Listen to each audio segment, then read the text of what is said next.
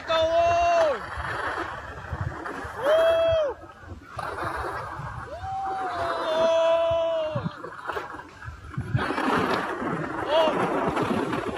Đập vào cây.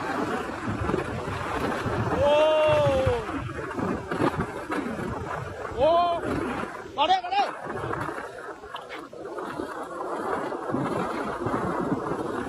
Xong rồi.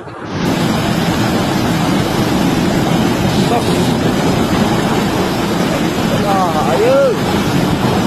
Bisa. Oh.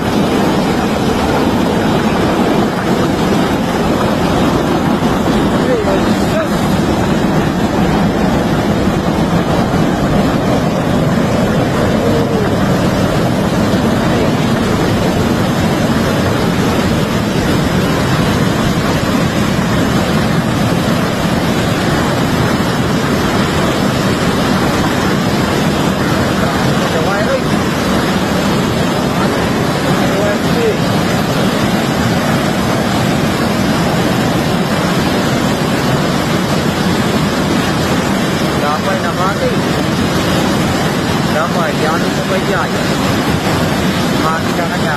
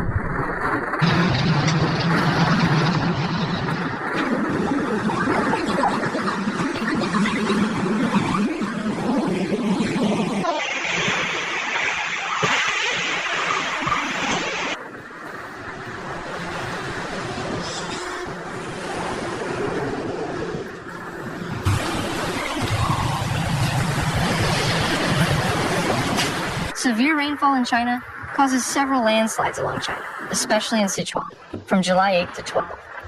Heavy rainfall across many parts of China led to multiple landslides, with Sichuan province being one of the hardest hit regions. Due to its mountainous terrain, fractured geology, and frequent storms during the summer season, Sichuan is highly prone to landslides, especially during times of persistent rainfall like this recent event.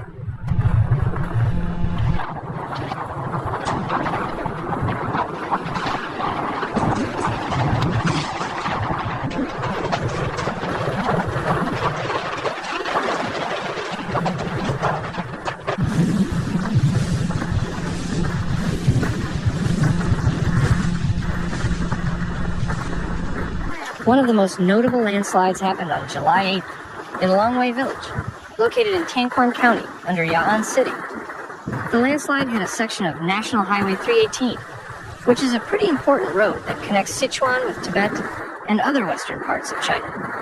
It was reported that around 10,000 cubic meters of debris came crashing down onto the road, blocking around 50 meters of highway and involving a few vehicles in the process.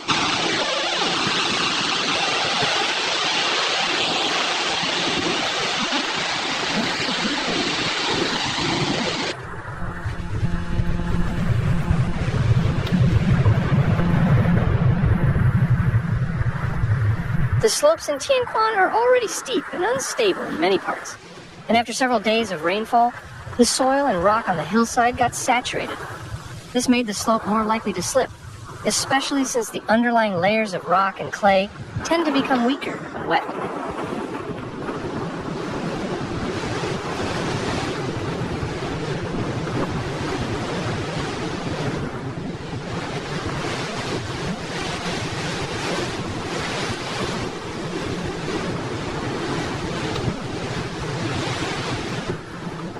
It was one of those conditions where the slope just couldn't hold anymore.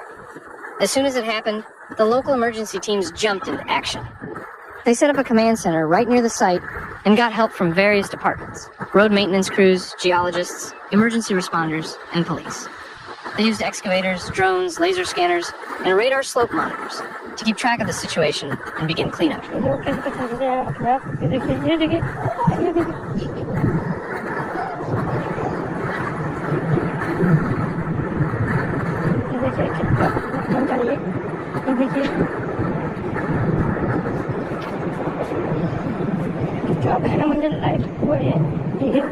After working round the clock, they managed to clear the highway fairly quickly and set up temporary protective systems to keep the slope stable while it's being reviewed for long-term repair. Earlier this year, back in February, there was another major landslide, this time in Jinping Village, Zhenlian County, also in Sichuan.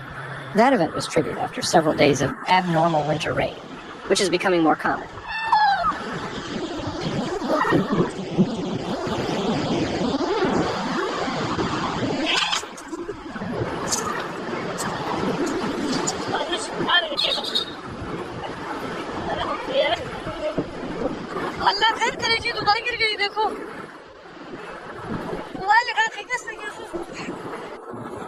The terrain there includes red bed formations, a type of soil and rock combo that becomes super slippery and unstable when wet. The February landslide was much bigger in scale compared to the July one. The mass movement traveled for 1.2 kilometers and moved about 100,000 cubic meters of material down a slope, affecting buildings and roads along its path.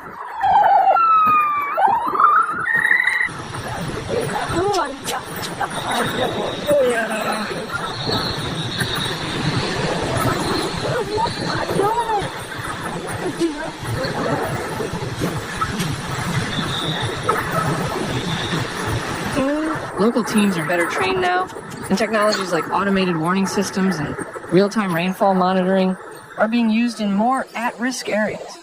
There's also been a push for eco-friendly slope protection, like planting deep-rooted grasses, improving drainage on hillsides, and building terraced slopes to slow down water runoff. Some of these methods have already been deployed in Tianquan and Zhenlian after the recent events. On top of that, satellite imagery and drone surveillance are now playing a bigger role in monitoring landslide-prone zones before anything actually happens.